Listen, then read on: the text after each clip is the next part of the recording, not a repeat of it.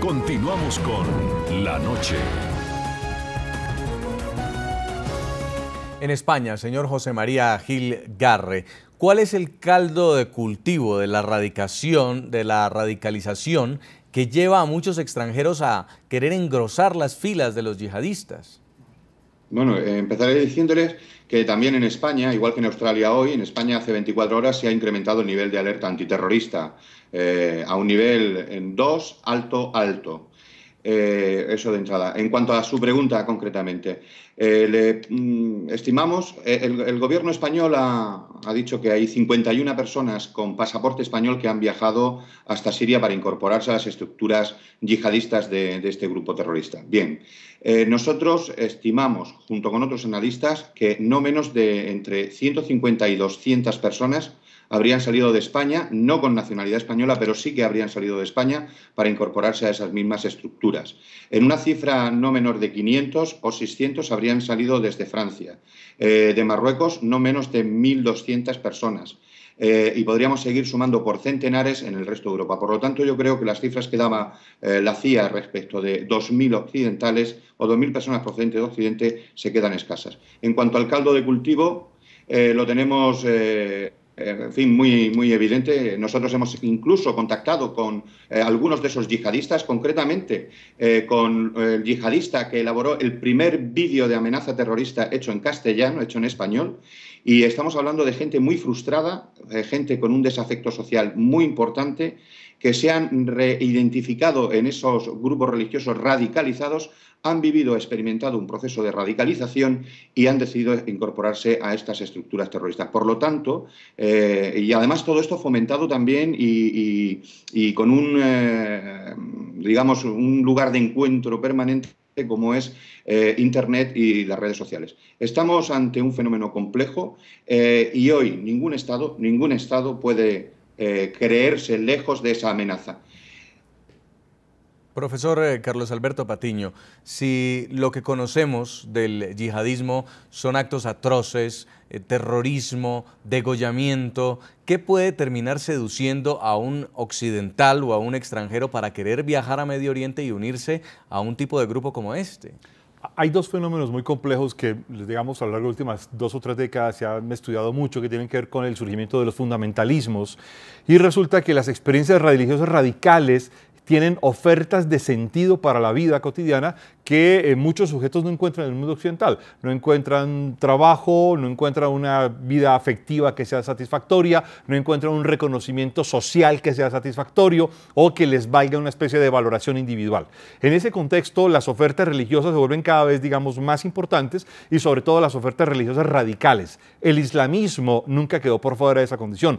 Hay algo que además hay que plantear que es muy interesante y muchos creyeron que además, por ejemplo, corrientes revolucionarias completamente seculares y laicas en el mundo occidental serían completamente ajenas, casi que no tendrían ninguna vinculación con el islamismo. Y por el contrario hemos descubierto que hay una relación muy fuerte entre el islam revolucionario y las ideologías laicas y seculares revolucionarias del mundo occidental. De forma tal que esto explica cómo se movilizan miles de personas a encontrar sentido. Una de las cosas paradójicas es que después del 11 de septiembre se incrementó el número de conversos a las filas del Islam. Y ese número de conversos del mundo occidental pues es impresionante porque, claro, solo quiero contar una anécdota y es que uno camina por las calles del París contemporáneo y ve mujeres con burka en el París de la Revolución Francesa, de la República Francesa, y obviamente esto marca también, digamos, una dificultad muy grande de mirar cuáles son las barreras o no frente a una concepción laica y secular de la política. En Phoenix, señor Brennan, hay un dato en su hoja de vida y nos parece interesante destacarlo, y es que usted participó directamente en la asesoría militar que Estados Unidos brindó al ejército iraquí. Usted conoce exactamente a estos combatientes terroristas, cómo operan logísticamente, en qué están dotados y cómo se enfrentan ellos al ejército de Irak. The troops in Iraq. Estas son personas muy motivadas y viciosas. Tienen una causa común, es una causa teológica, como ya hemos hablado. Es como si esta es una revolución teológica por parte de estos radicales. Y ellos utilizarán todos los medios necesarios para intimidar al pueblo y a las personas con las que trabajan.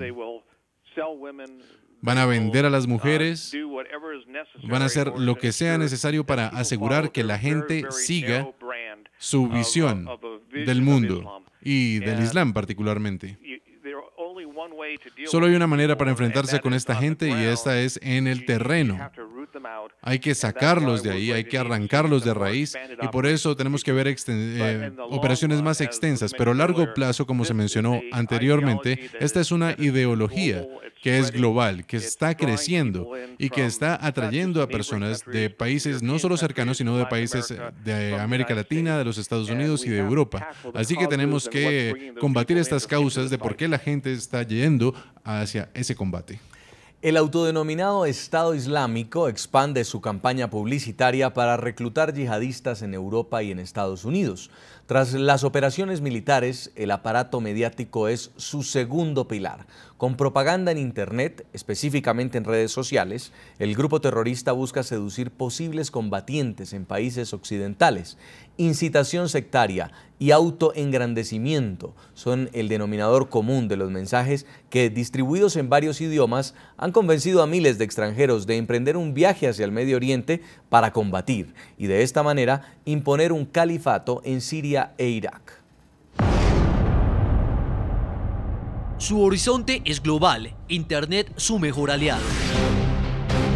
Así es como las redes sociales se han convertido para el autodenominado Estado Islámico en la plataforma predilecta en las que militantes de este grupo yihadista alardean de las atrocidades cometidas en Medio Oriente. Son verdaderos tuiteros terroristas que a través de pocos caracteres y la publicación de sangrientos videos tratan de conquistar conciencias mucho más allá de las fronteras de Siria e Irak. El perfil de las personas que buscan reclutar son aquellas que expresen frustraciones y desafecto social a través de las redes sociales, según lo indican analistas.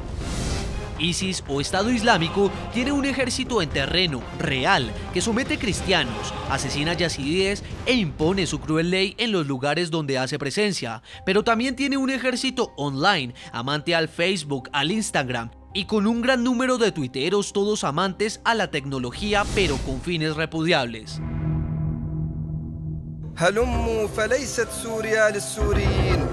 Es así como Internet se ha convertido para el yihadismo en su principal campo de reclutamiento alrededor del mundo. Un hecho que se evidencia en los más de 15.000 extranjeros que estarían engrosando sus filas de acuerdo a medios internacionales.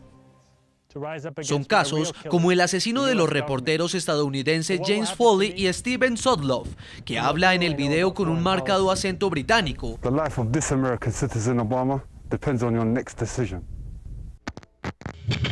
Lamentablemente algunas personas ven estos grupos como un grupo romántico, una aventura, y estos grupos están matando a cristianos, están violando a las mujeres.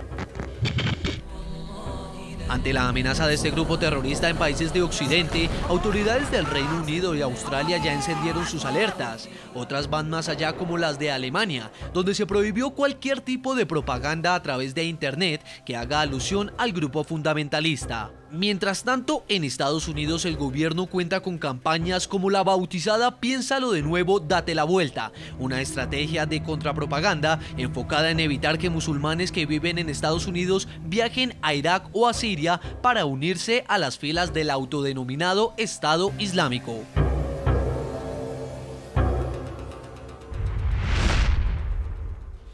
En España, señor José María Gil Garre, como lo decíamos, usted ya ha tenido conversaciones con miembros de este grupo extremista islámico. ¿Qué tan fácil es llegar a un acercamiento con este tipo de personas?